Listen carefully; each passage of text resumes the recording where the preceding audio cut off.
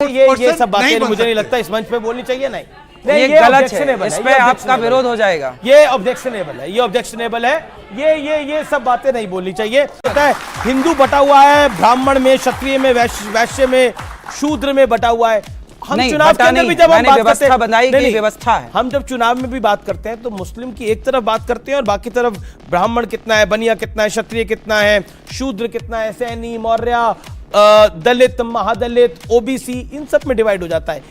एक मुश्त मुस्लिम की बात होती है और एक तरफ बंटवारे की बात होती है। ऐसा क्यों होता है फिर?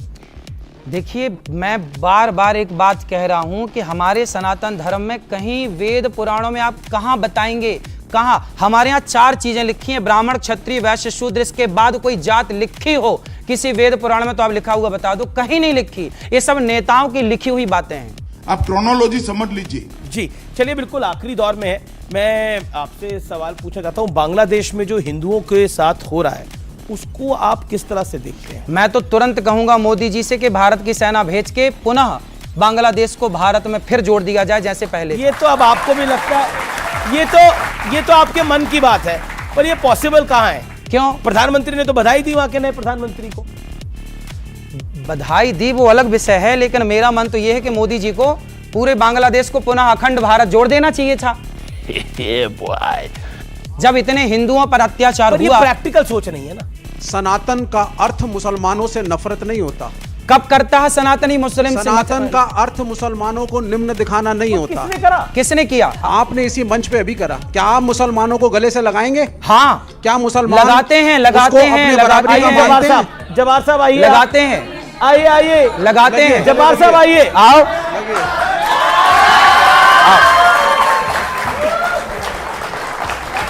मैं खुद मोहब्बत की बात को दोहराता हूं। देखिए,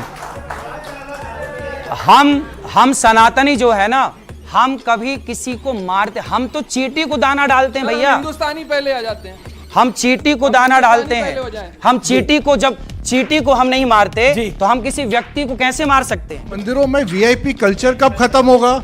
एक दूसरा, आपने कहा कि नॉन वेज के अगेंस्ट आप हैं, कि वेदास कहते हैं।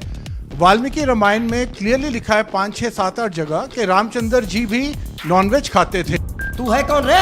गलत। नहीं 100% मैं आपको दे दूंगा। गलत। ठीक है। अब तीसरा, ओलंपिक्स चल रहे हैं आज के टाइम में, इंडिया को सिर्फ 4 मेडल्स मिले हैं। क्यों? क्योंकि यही तर्क है कि नॉनवेज मत खाओ, जबकि अगर आप देखेंगे आज की डेट में परफॉर्मेंस के लिए आप अगर नॉनवेज नहीं खाएंगे, आप अच्छे ये सब बातें मुझे नहीं लगता इस मंच पे बोलनी चाहिए। नहीं, ये गलत है, इस पे आपका विरोध हो जाएगा। ये